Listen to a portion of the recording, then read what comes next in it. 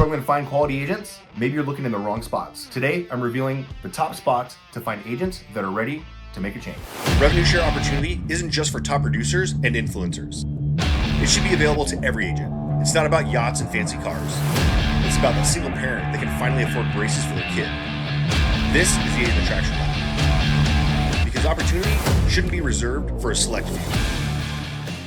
Hey there, welcome back to the Agent Attraction Lab. This is Brandon DeVere. Thank you, as always, for tuning in and sharing your time with me. I do appreciate that and appreciate having you here in the lab with me. Today, we're going to talk about where to find the best agents. Sometimes it's a difficult spot. People are like, well, where do I find them? How do I do this? Do I run ads? All these different things trying to find where the best place to find agents.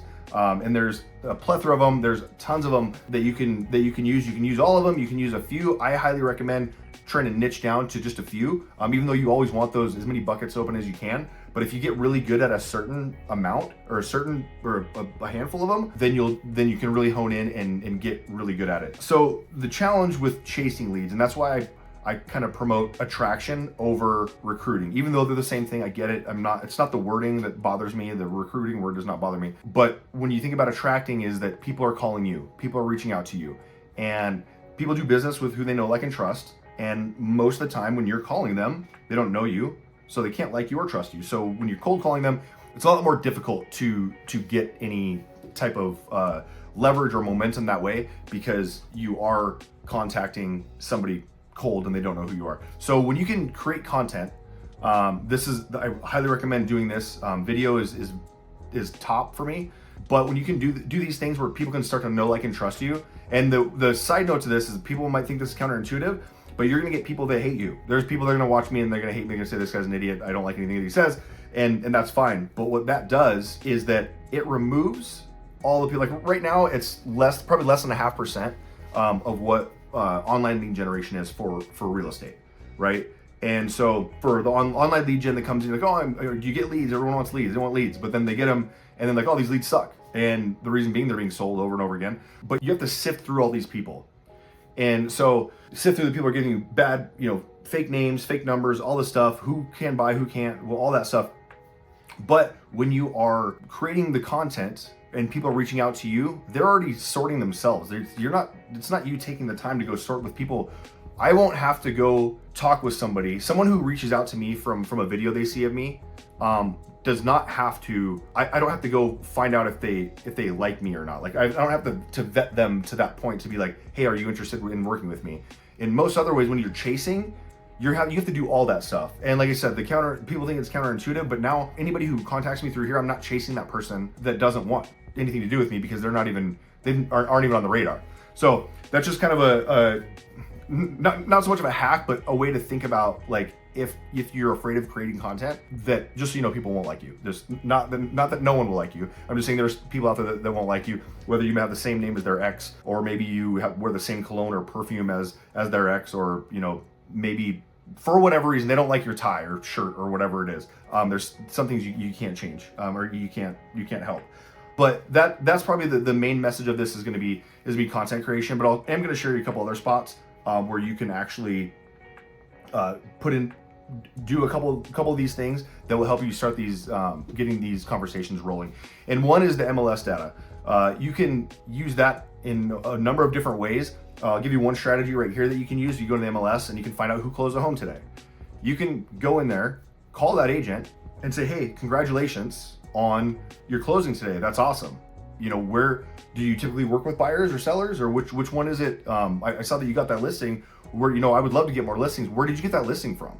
And now you're having a conversation. It's not, you said nothing about your brokerage, nothing about them moving, but you're interested in their business already, which you probably will be if you are looking to get more listings. And maybe they'll have a conversation with you going further and potentially turn that into another conversation after that, which may include an invite, or maybe, like I said, the reason that I have my book out was for my agents to give it out to other people to be like, hey, did you see chapter 6 on tradition? Thought you might enjoy that. Something to follow up on. So that's one spot you can go to. When you go to social media, obviously like LinkedIn, Instagram, Facebook, all this stuff. LinkedIn, there's success to be had there depending on how you're going to navigate that. But there is a lot of sales on the first, the first date, right? Like you get in there and somebody's like, oh, I saw your profile. I thought you would be really good. What do you think about my brokerage? Like you can still do those. And the cool thing is you can really sort out and maybe we'll do this in a live training one day within the membership group, member site.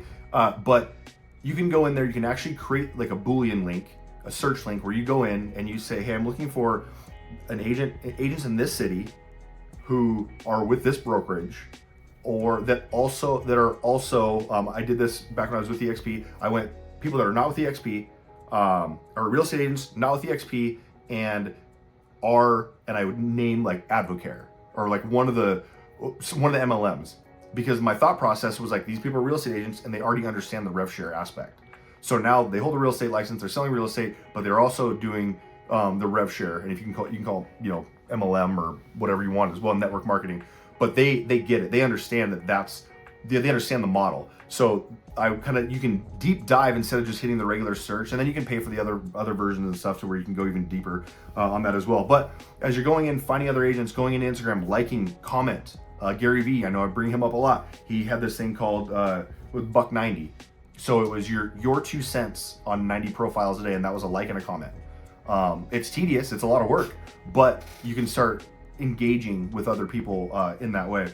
The other thing is local networking events. Now this is something that I need to do better because I do love going out to local events, but out here in Vegas, I've been probably burnt out from going to so many events. I mean, today I got offered tickets to like 4 different events today. Not saying that I'm cool, that just happens in Vegas. Like you get offers to do things often, and so you can get worn out from going out every other night or weekend or whatever it is. So those are some of the main ones. Also when you're referring business out to people, referring to other agents. Hey, here's a spot where it can be local too. You can refer somebody out that's local. Maybe they're a high-rise specialist and you don't know much about high-rise, and instead of getting all that transaction for something you don't know what to do, maybe you get a portion of it as a referral fee, but you also start building a relationship with the expert in that spot.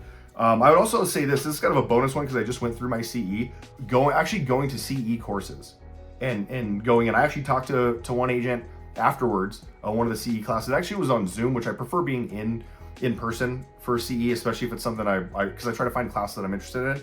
But then you go in and now you start having conversations with people, and they're all agents. Another one can be, you can use things like Facebook ads. I knew there was an event going on somewhere, and I created a Facebook ad and I put a pin right next to that event and put interests real estate agents. Essentially, so it only showed real estate agents in that area. I knew that would happen, and I did get somebody to reach out for me on that one for very, very minimal spend. But those are places that you can do it. What I would highly recommend staying away from, and this isn't a bash on anybody who's running companies like this, but vet some of these companies. There are some good ones out there that I've seen in the way that they're doing them. They're structuring like 3-phase, 4 or 5-phase, how they're doing it, having you build a course and then having people join you through that. That I think is a little bit more sustainable. Price-wise, I'm not sure what the cost is, but I feel it's more scalable and sustainable than, there's companies out there that are gonna be like, oh, well, we're gonna feed you all these appointments, and they're going on to like Indeed and stuff like that, and they're just throwing it on there, and you're getting unqualified agents. And sometimes it's not even an agent. They think that, so they put an ad out and people are calling you, and now they're calling you, which is good. Remember I said have them call you, but now they're calling you on false premise, and you're getting somebody there that either doesn't meet your requirements of what you're looking for. Some of them don't even have licenses. And so now they have to get a license. Not saying that that's not what you're looking for, but if you are looking for, hey, maybe you're giving scholarships away. That's if you're wanting to get into the new agent crowd.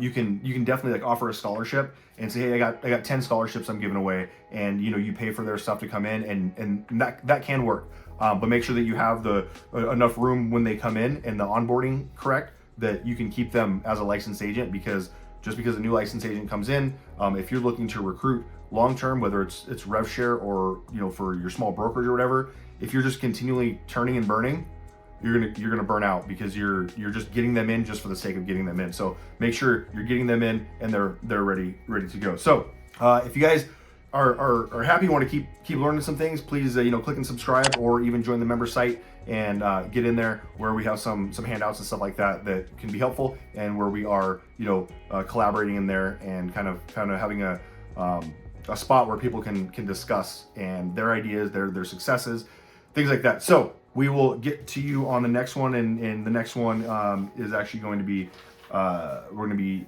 discussing how to identify agents who are ready to make a move. All right, I will see you on the next one.